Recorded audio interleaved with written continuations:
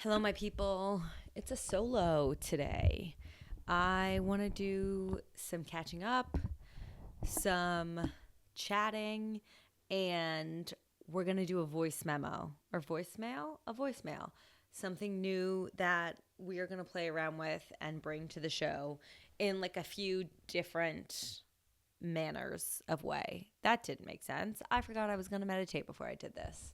So we're going to pause for a second. I'm not kidding. I need to reset my brain before I talk for a half hour. Okay, no, I was not just joking when I did that. I have said this many of times before, but I feel like my brain is not like functioning to its full capacity. And I think it's a mix of postpartum. I think it's a mix of the world that we live in with like the constant stimulation. I think it's my ADHD. And I think there's maybe some blood work medical stuff going on, which I'll touch on. But I really try to ground myself before I do things that involve speaking when I want it to make sense. So I just laid down and did an 18-minute deep imagination with To Be Magnetic. And I think I've talked about it in an episode. I forget which episode I mentioned it in, but To Be Magnetic is this online course that I've been taking. I think course would be the word that she would use to explain it, but basically working on the ability to manifest and act as a magnet to things that you're looking to attract, if that makes sense. I'll link it, and I haven't like finished it all, so I don't have my full feedback or thoughts on it, but thus far I have really enjoyed it.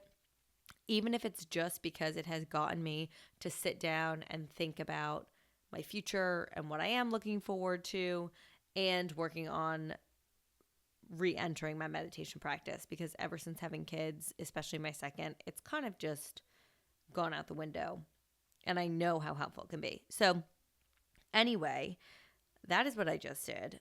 Now let's get into this episode.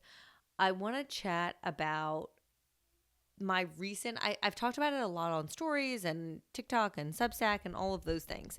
But there has been such a shift for me lately in terms of mothering, where I feel so proud of myself. I feel like I've reached this new point where I kind of feel like I know what I'm doing. I have reached a new level of like, I can do this, and confidence and wherewithal. And it's been so eye-opening to observe myself 9 months postpartum, which is where we're at right now as I record this, with my second, compared to where I was and how I felt with my first. And I'm going to give some examples, okay? So, for instance, I feel like I do things now with our second that I would have never in a million fucking years done with our first. I was so type A. If you can hear my nanny in the background, sorry. She's waking up our son right now, and she is pumped the fuck up to wake him up, which I love. With my first, I shared about this a lot while I was experiencing it, but I also don't think I realized how intense it was until I came out of it. And now I'm experiencing something different, and I'm reflecting back on that first time. But I had intense postpartum anxiety, intrusive thoughts, postpartum depression, and this obsessiveness over specifically a schedule. And again, I kind of just thought, oh, this is just how all moms are, and this is just what we do. And it's what I was seeing on the internet. And I don't know if that's a matter of those are the types of people who are creating content, or you get served the type of content that suits you. Like, they were serving me content of people doing similar things that I was doing in my own life. But I was someone who was constantly tracking, whether it be the feeds, how long the feeds were, which boob I was feeding from, how long I was feeding from each boob, the naps, the poops, the pees. Like, you know, those apps, I think it's Baby Connect or something. I'm not saying they're not helpful, but as someone who can become obsessive with numbers, specifically kind of analytical, I just really became way too obsessed with those things. Even the snoo, where you can track their sleeping and how often they're waking. And I just remember living in those apps. And then also within that, trying to analyze like if anything went quote unquote wrong, why that was happening. So if our first, when he was a baby, like didn't sleep one night after he had been sleeping through the night, I would go into these spirals of like, well, what did we do differently? Was this nap a little too late? Was that 5 minutes too early? Did he eat enough ounces? Was it because we took him there? Like, is he in a leap? You know, there are these apps that track the leaps. I was just kind of psychotic about it all, and it just like completely controlled me. Now, do I think schedules are helpful? Yes. I will always be a scheduled of sorts parent because for me, it helps knowing when I have time to do stuff for myself. So like a schedule is helpful. However, what my second has taught me, and I don't know if this is a mix of having a second kid and just balancing two, or the fact that my second is so different than my first, I have had to learn how to go with the flow. Because this kid is just like, it's my fucking world and you are living in it. So strap the fuck on or strap the fuck up, whatever. Strap up. Strap on? No, not strap on, because that's a strap on. Strap up, whatever. Buckle up. Hop on this goddamn ride because we're going. And because he's been like that, I've really just been forced to let go. And what a beautiful gift that has been. And I've said this before to my husband plenty of times, to my friends. I'm pretty sure I've said it on here. I fully believe that like you get what you can handle. So I was given this like angelic unicorn baby the first go around because my postpartum anxiety, depression, OCD tendencies, whatever, could have never handled ever my second baby. Like it would have broke me. However, my mental state now welcomes and blossoms with my second baby because I'm in a space to be expanded in that way, to learn how to do things differently, to push myself, to accept that like I can't control everything.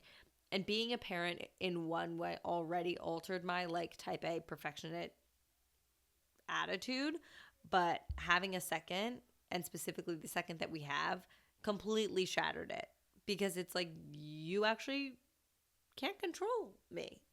And that's terrifying in some ways, but also eye-opening in others because I love the shift that I've experienced. So, for example, night times used to be, they weren't even like stressful when I go back to that moment of time with my first, but I definitely was strict and scheduled and regimented because I had such fear of what one misstep, mishap, one thing off our routine would do. Do I think it would have ruined things? Absolutely not. Like now I can look back and be like, girl, calm down. But in that moment, it felt so all consuming and it did feel like it would ruin everything. So now with our second, I did something the other day where I had this moment of reflection, thinking to myself, I would have never done that the first go round. I was with the boys and I was solo parenting and my sister came over to help me because we've just had a long 2 weeks at this point. And my older sister was over. We were talking. It's Thursday night and we were giving the boys dinner. And then I was like, all right, I need to bathe them. And she was coming upstairs to help me. And I was like, should I go to the beach tonight? Like, should I just go now instead of going tomorrow?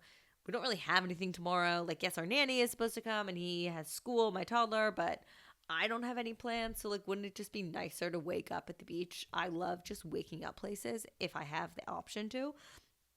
And she was like, well, it's literally 6 o'clock. What do you mean? Like, you have to decide. And I was like, fuck it, we're doing it.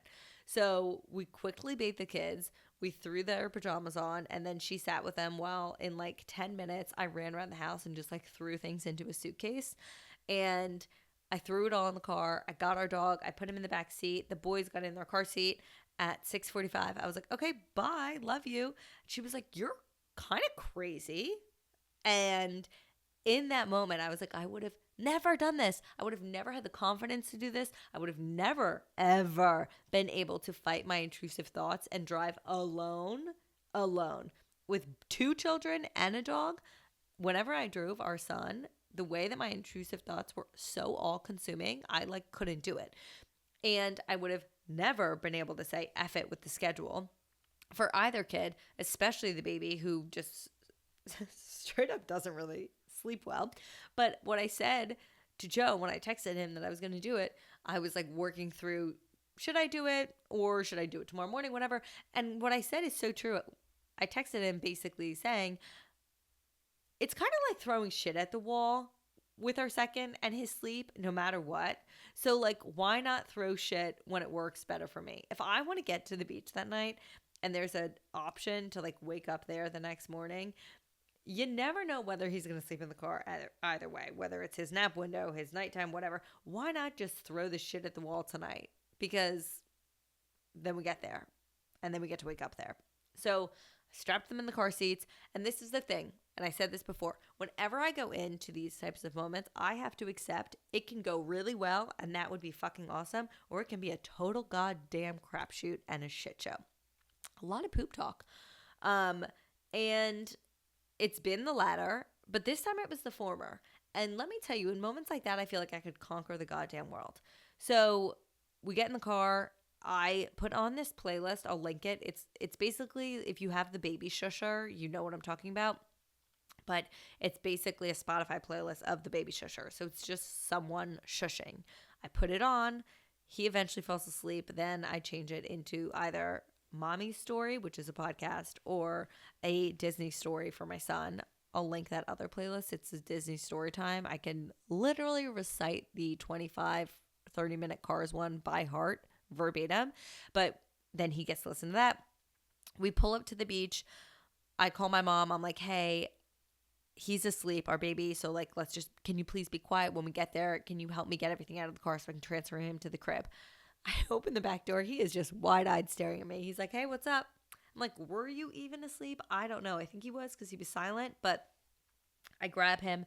And also this reminds me of being a kid. I don't know if you were ever like quote unquote transferred, but now I am realizing I was never asleep during those transfers. I remember pretending to be asleep so that my dad would like grab me out of the back seat and carry me up to bed, but I was never actually asleep.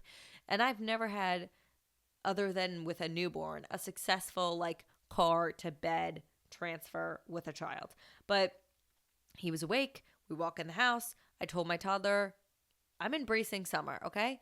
You get to stay up late tonight. He loves summer weekends because that boy has a later bedtime than usual. And sometimes it gets very late. But I'm all about him having fun, okay? Like he's still functioning at full capacity the next day. And so fun is going to take the priority there. I tell him he can hang out. He's hanging out with my parents and their friends who were there. I go upstairs. I'm successfully able to get my baby back down, which is the biggest win of all. I go back downstairs. I play with my toddler for a bit. I get him to bed. And I was just so proud of myself for that growth moment. And I say all of this because if you're someone who's a first-time parent and you're like, how the actual F am I ever going to do this with another or 2 more or 3 more or however many kids you plan to have, and you're terrified of postpartum like I was because of your first postpartum experience, there is potential for you to have a wildly different experience. I'm not saying that that's a guarantee for everyone. However, there is potential for you to chill out, to thrive more in that gray area and realize that not everything has to be so black and white, and potential for you to actually enjoy it and have fun. Did I enjoy and have fun moments with my first when he was a baby? Of course. But I sure as hell did not enjoy myself necessarily in those early months because I was just very, very tightly wound. And something I'm still struggling with and working through is the fact that no matter what, your first is always going to get you experiencing something for the first time. So even though I've calmed down a lot with the schedule for a second and I've become more flexible and I've adjusted, I still find myself sometimes with our first, like, causing myself to spiral over things, sleep being a big one. For instance, I wrote a whole Substack piece on this that I'll link in the show notes, but like I get a lot of spiral anxiety around sleep, and it's not only my kids' sleep, but it's my own sleep. And this started before I had children, and unfortunately it just got worse after kids because that's one of the like elements that's completely out of your control. But it's the anticipatory anxiety of going to bed, and then it's the spiral if I'm not falling asleep of like, and now I'm not falling asleep, and now I'm never going to sleep, and now my sleep's going to be even worse, and now I'm going to be up all night, and now tomorrow's going to be a shit show, and now I'm going to have a migraine tomorrow, and now I'm not going to be able to get anything done, and now I'm going to have to cancel these things, and now I'm not going to be able to show up perfectly. Like, do you get what I mean? It's spiral city some nights.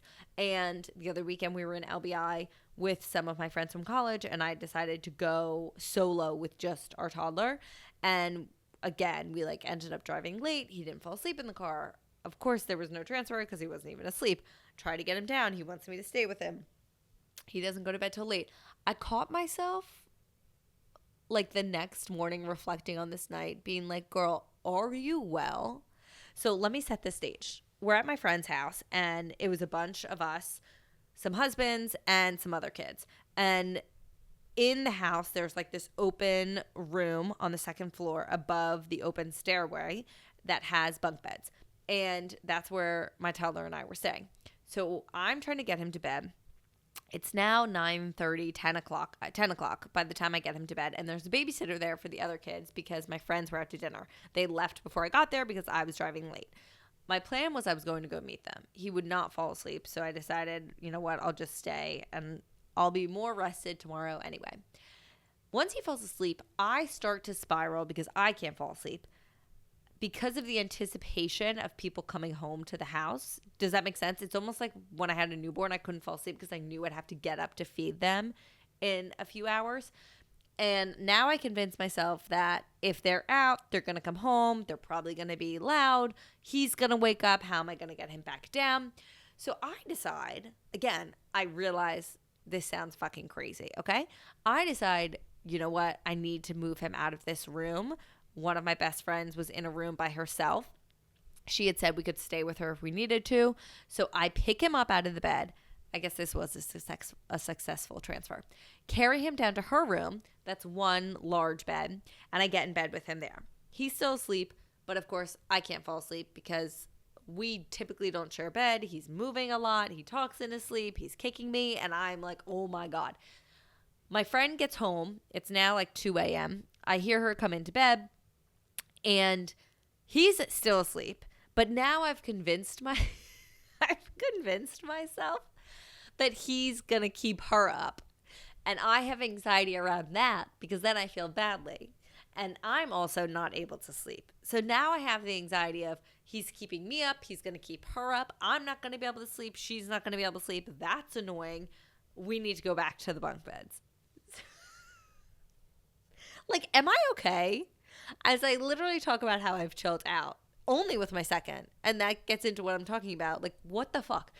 I grab him out of bed. I decide to walk back upstairs, get him in a bunk bed. He stays asleep. I get in the other bed. I finally fall asleep. It's probably like 3 a.m. at this point. And he gets up at 6 a.m. wide-eyed, ready for the day. Now, I had convinced myself at 10 p.m. even before any of this happened that the next day was going to be ruined because he wasn't asleep yet and I was so anxious and all, yada, yada, yada. I spiraled, okay? If you've been there, you get it. If you haven't been there, let me just tell you, I'm jealous of the brain that you live in because that sounds really enjoyable, but it ain't mine. So the next day, and this is what I constantly go back to remind myself of, he was fine. Was I tired? Yes. Okay, but the day was not ruined. We had an amazing day with my friends. He was so freaking happy. We went out on a paddleboard to the sandbar in the bay. I went and played tennis with my friend while he napped. We played outside on the deck with a water table and danced and had a blast. We barbecued. Like, he had so much fun, as did I. Nothing was ruined. But in that moment, I convinced myself that everything was ruined. And when I said this on social, someone messaged me a point that like blew my mind. And you know what? I just want to read it. So hold on. She said, I'm trying very hard to accept that my toddler and my baby have two different moms. Everything my toddler will always be new, will always be the first time, and as hard as I try to quote unquote chill, he will sadly always get the more anxious version of me. The way I am with my baby's sleep versus my toddler's is two recognizable people.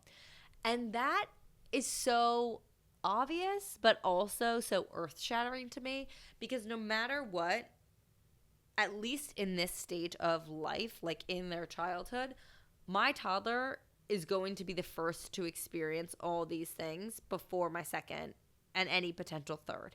And this just goes into like how birth order, I think, truly impacts us as individuals. Like I witness it all the time with my sisters. And I am really witnessing it with my children and even myself as a parent. And yes, there's the conversation of nature versus nurture, but I think birth order actually plays a role in the way that they're treated as well. Because no matter what, he's experiencing these things while I'm experiencing them alongside him for the first time. So yes, I may be more relaxed around my baby sleep, but that's because I've gone through all of this before with my toddler. And so I know it's not permanent. I know that there's a light at the end of the tunnel. I know that one night's not going to ruin everything, but I haven't experienced that yet with a toddler. So I've convinced myself in this moment that tomorrow he's going to be a disaster. He's going to throw tantrums all day. He's going to just be attached to me. We're not going to be able to have fun, all of this stuff, because I haven't experienced that moment with a toddler yet. And I don't want him to live like that. Like, I don't want him to have this anxious version of me constantly. And it's something I'm working on. It's something I absolutely have been talking to my therapist about. And it's something that many of you have talked to me in my DMs about as well. But it's just a very interesting observation that I keep coming back to while I'm actively parenting, of trying to give them somewhat of the same mom while also accepting, like, the reality is they're going to have different moms. And vice versa, or I don't know, vice versa. On the other side, I guess, I even feel a different type of feeling towards the different mom my second gets, because I've talked about this before. I feel guilty. He doesn't get my undivided attention. Like, my first, everything he did was like mind blowing because I'd never seen it before, and he had all focus. And my second has to share my focus because I have two children. And I guess that's why, especially middle children, like, we just are forgotten. And I say that as a middle child. I'm not talking about my child. But as a middle child, it's like you have to fight for attention, you know, you have to really speak up. It's this whole concept of being forgotten and like never remembered. And I kind of always thought that those were just like labels thrown out of nowhere. And now when I reflect back on my own childhood and also observing the different experience kids receive from parents depending on their birth order, it's not wrong. And on that note, while we continue with this journey, I recently had one of my like podcast trailers go not viral, but it got a lot of views, and it led to a very exciting moment for myself and for us all. It was the trailer from the episode with Whitney Port, which was an amazing episode that you all loved so much, and I'm so grateful for. It was so much fun, and I just love her. But in it, I asked, like, who are you fangirling over? She said Paige DeSorbo. I freaked out because I love her as well. Whatever. I posted a clip on TikTok. And the high of this all is that it gets on Paige's radar. She reposts it to her Instagram story, and she follows me. So needless to say, I was very freaking excited, okay, because I love her, and she's someone who I desperately want to get on the show. And I did, in fact, just finish Summer House literally this morning. I will give you my thoughts in a second. However, the clip got a lot of views, which then also means it lands on people's pages who don't know me. And there was a few. I won't say it wasn't. It was more than maybe 5. I don't know. Maybe 10 people being like, oh my God, let her talk, let her talk, let her talk. You just speak over her. And I will say that is something I actively work on. Okay. So like, I understand where they're coming from. It's something I am so hyper conscious of, especially when interviewing, but it's really hard. But tell me you don't have sisters without telling me you don't have sisters. Like, Whitney and I are just like blah, blah, blah, blah, blah, blah, blah, blah, blah, because we both come from a family of girls where if you are not trying to talk louder than the other person, you will not be heard.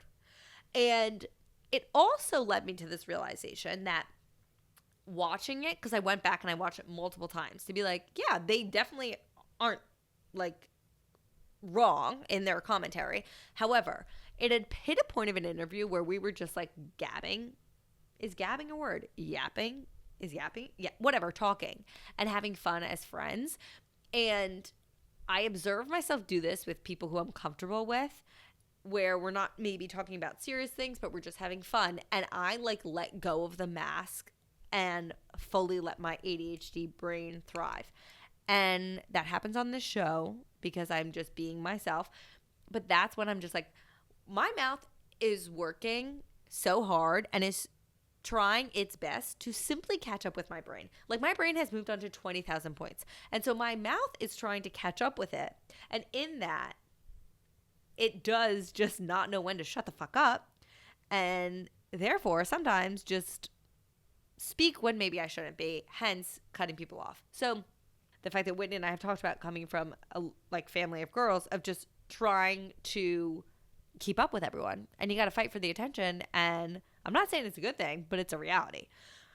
In terms of Summer House, let's digress from motherhood talk for a second. I finished. I binged seasons 3 through 8. I refuse to binge another reality TV show anytime soon because I miss my life. I miss reading. Okay. Desperately miss reading. I haven't picked up a book in so long because Summer House has been all consuming, but I did very much enjoy it. I understand the hype. I will absolutely be watching season 9. Do I have many thoughts? You betcha. I've got a full fucking plethora of thoughts. However, I have this like really hard time, and this is just with pop culture in general, getting into the mindset of unpacking and picking it all apart. At the end of the day, they're still people. And I think that we like forget that. And I get that they choose to be public-facing people, and with that comes criticism. But let me tell you, it doesn't make it any easier. So I have decided I'm working on boundaries on many things, and I've just decided that this journey was just for me, okay? I enjoyed it. I really loved watching. Did I text some of my friends about all of my thoughts and unpack it all? Damn right I did, because I need someone to do that with. But it doesn't need to be public on the internet, and I think that maybe we should work on doing that a little bit more, if we're being honest. I want to get into the voicemails. This is a new thing that I want to try to bring to the show. I've been talking with my producer about what an incredible community you all are and how to get like the community aspect more involved with the show. And I know a few shows and a few friends of mine who do this. I think it's such a fun way to bring in listeners. So we're going to do some dedicated episodes to like ask me anything / advice. And then also the way I want to incorporate it is doing more of like specific themed stories and reflections almost. Like, tell me about a time you XYZ. People could then submit their stories, whether it be over email or voicemail, and then I'll kind of reflect on them, respond to them, as if you guys are kind of almost co-hosts in that segment. I don't know whether we'll do this no, we won't do this on every episode, but I think it's a fun thing to bring. So I'm going to pick a voicemail.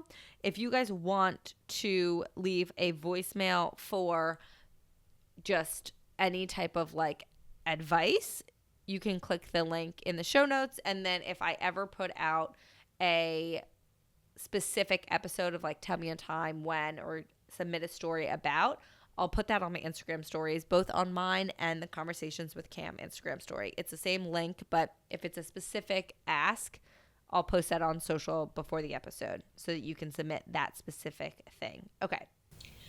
Hi, Cam. Dedicated follower here from Canada. Love your content, especially as a new mom. My question is, my husband is looking at starting his own company. we're also thinking of having a second baby. Like, is this insane for us to think about a new baby and then potentially not having like a great source, like his significant income source anymore? I will be working, but like I definitely don't make as much as he does. You changed careers and have experience with like building up your own brand and things. So just looking for advice on like timing of babies and starting a business and that kind of thing. Is it all just gonna be crazy no matter what the timing is? And just thank you so much for providing a refreshing space for girlies like us. Cheers. Bye. Okay, thank you so much for being our first voicemail on the show. I already love this because I feel like I'm interacting with you guys in a way that I haven't been able to before. It's like we're on a phone call. Also, shout out to the Canada FF fam. There are so many of you Canadians in this community, and I just love it because I fucking love Canada. All right, my thoughts. First and foremost, like I can never know everything, so take my advice with a grain of salt. Obviously, you and your partner know best, not me. Will it just be crazy no matter what? Yes. Okay, like it's just kind of mayhem having a kid. No matter what your setup is, it's chaos. Like that's just the reality. It's beautiful, but it's beautiful chaos. So do I think there's ever a quote unquote perfect time to have a kid? No. But I think there are times where you have to assess, is this a better window of time to have a child or a not so great window of time to have a child?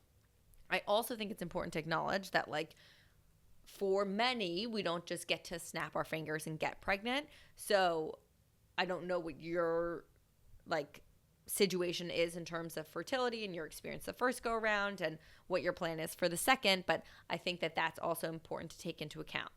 Now, when it comes to like building your own brand, taking the leap, the financial aspect of it all, would I personally want to tie in a new baby with that at the same time? I don't think I would want to do that at the exact same correlating moment.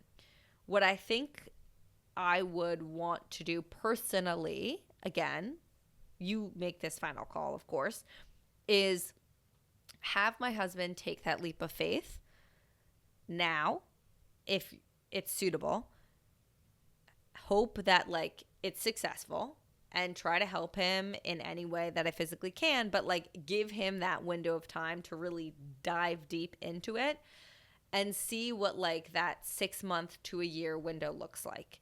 Then if we're in a place where it's like, okay, you've done it, there's forward progress, like we're going uphill and we like what the future looks like, I would then try to get pregnant. Because I know for me personally, like leaving my corporate job to start something, the only reason I felt confident and comfortable doing it in that moment was because I had no responsibility, and I wouldn't have been able to do it if I was responsible for other people. Like I took a massive pay cut with that leap of faith. Did it work out for me? Yes, but like that wasn't always guaranteed. Again, I had so many privileges to fall back on. That's not discrediting that. But you know, I think that the corporate world will always be there. So if he wants to take this leap of faith, awesome. I always suggest people that if there is something that you're dying to do and you can't stop thinking about it and you have the means to take the chance, take the freaking chance, because you never know what could be waiting for you on the other side. But I don't know if I would recommend doing both of those at the same time, especially given as a female, like, and again, this is me projecting, but after I gave birth, I did go through a little bit of a resentment phase with my husband, especially the first time of like, you get to just kind of do these things and I'm here physically recovering and or breastfeeding, and it just a lot falls on you as the birthing person. That's just the reality of the world. So I feel like in those moments are when I want the extra support, the extra hands on deck, the extra attention. And building a brand that you are the face of or in charge of and in that entrepreneurial spirit takes a lot of time and work from that person. So I want you to set yourself up for a place where you can have that support when you need it the most. So that is my advice. But again, you got to do you. You know your relationship best. You know your means best. You know your situation best. Either way, we're rooting for you. Please keep us posted on what happens, because I would love to like share the end of this journey with everyone in due time. And thank you so much for being a part of the FFM. Like, it means the world to me. And I just feel very grateful for you. So that was today's episode. We kind of went all over the place, as we do in solos, but I love you all so much. You're the greatest. I'm having a lot of fun with the podcast again. I went through a phase where I was like, this is not as enjoyable as it once was for me. And I became obsessed with the numbers and just all consumed with the competitiveness with myself, with others, and whatever. And I finally reached a place where I'm having fun with it again. I think it shows, hopefully. I think that we have got some incredible guests lately and ready to come in the future, like scheduled to record, and I'm pumped to share them all with you. And truly, it's because of you all. So if you have the time, it always helps to rate and review the show. It means the world to me, truly. And of course, subscribe if you're not subscribed already. And I also just want to plug in, because we talked about a lot of motherhood stuff on this, my Substack, CameronOakesRogers.substack.com. It's called Fill Your Cup. I'm having so much fun with it. It basically has 3 different segments. On Fridays, you get the Filling My Cup email that goes to everyone, paid and unpaid subscribers. It's everything I'm loving that week, from what I'm wearing, what I'm watching, what I'm reading, what my boys are loving, what I'm loving, what the FF fam is loving, whatever, things that are filling my cup. Monday is Mom's Musings. Those are motherhood focused, either guides or journal style entries. I've been getting pretty personal on a lot of those, especially when I write them last minute Sunday night. That is for paid subscribers only, and I like having that more close-knit community. And then we have our expert chats, which are monthly virtual events for paid subscribers with parenting experts. We've talked about mother-infant attachment. We've done a infant and child CPR course that was incredible, and I recommend joining simply to watch that recording, because it's something that we all should know, and it was a really, really, really informative way of doing it. We've spoken with a team member from Solid Starts talking about starting solids with your kid. Like, they've been great and so much fun, and it's also been a way to connect with a smaller group of our community online. So all of that is available at CameronOakesRogers.substack.com. You guys are the best, and thank you for listening.